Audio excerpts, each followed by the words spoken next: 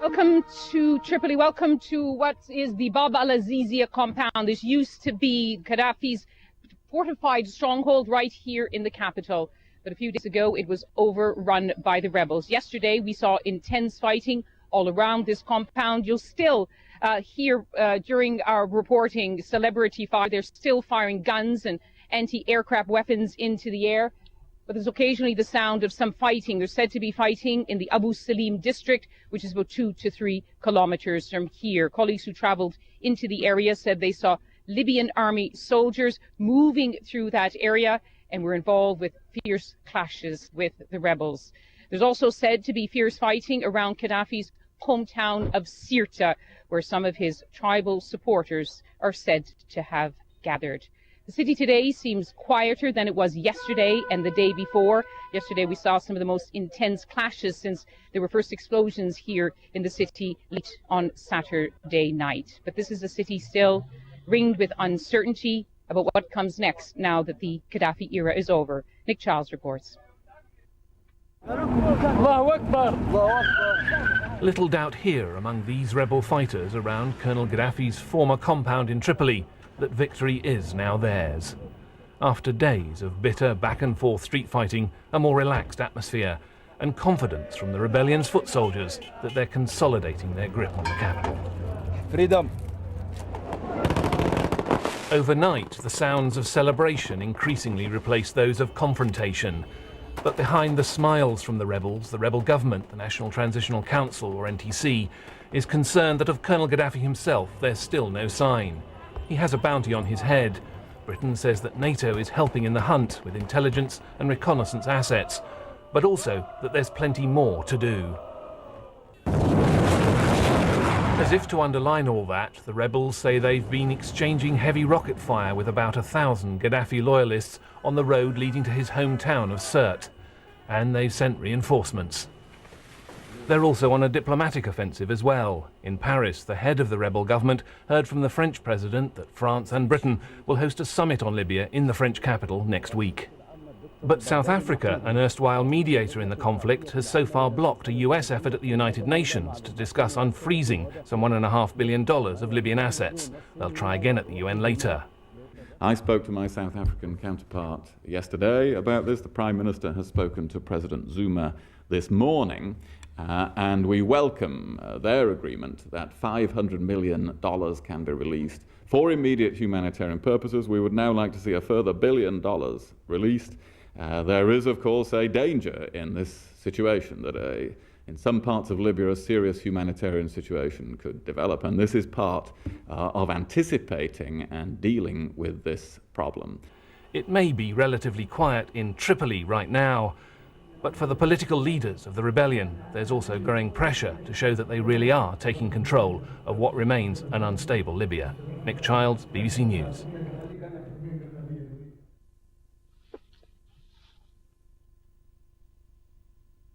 And that was a report by Nick Charles on the latest developments. Well, NATO has played a key role in the rebels' advance here on the capital, Tripoli, and indeed in all of the fighting right across this country. Our defence correspondent, Jonathan Beale, has been speaking to the NATO Secretary-General, Anders Fogh Rasmussen. We will continue as long as necessary to make sure that there are no attacks against civilians. But recently we actually saw pro-Gaddafi forces fire missiles. So there is still a threat against civilians, and we will strike such targets as soon as there is any threat against civilians.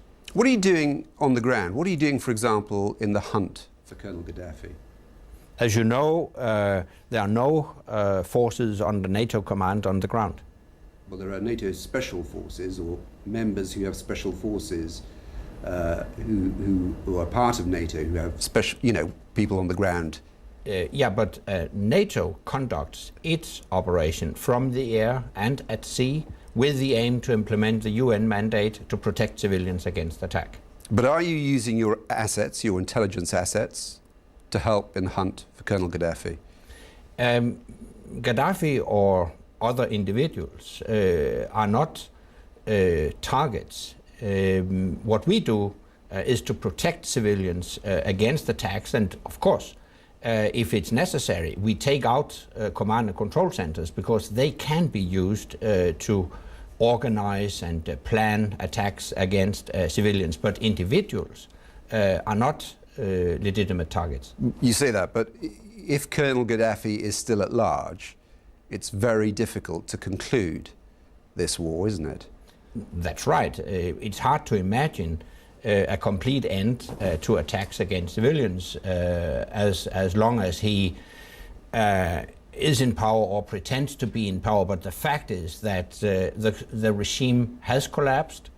There are still some pockets of resistance, and they still constitute a threat against civilians, and NATO will continue our operation as long as necessary to make sure there are no threats against civilians. But it's in your interest to ensure that Colonel Gaddafi is captured or surrenders, isn't it? Well, it's not part of our mandate, but NATO foreign ministers long ago endorsed the call for Gaddafi removal from power, because it's hard to imagine a complete end to this as long as he's still around.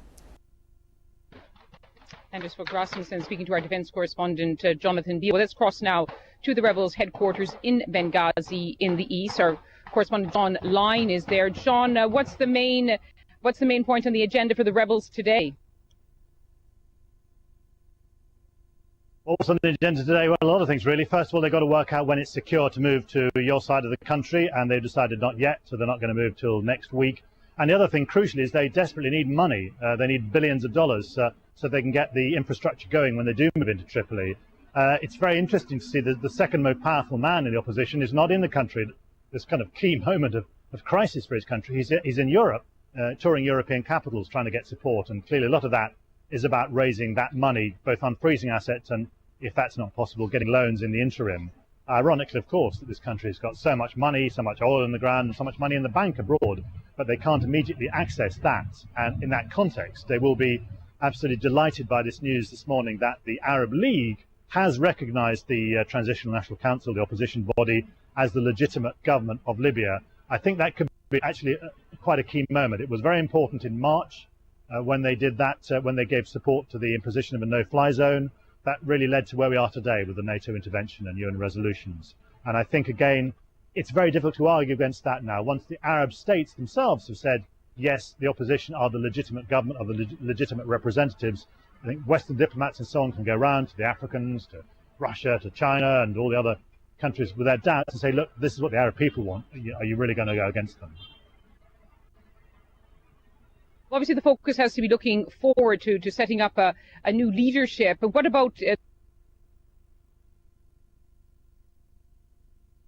Sorry, Liz, I'm not... the battles that there's really around this reports of what's happening there, John?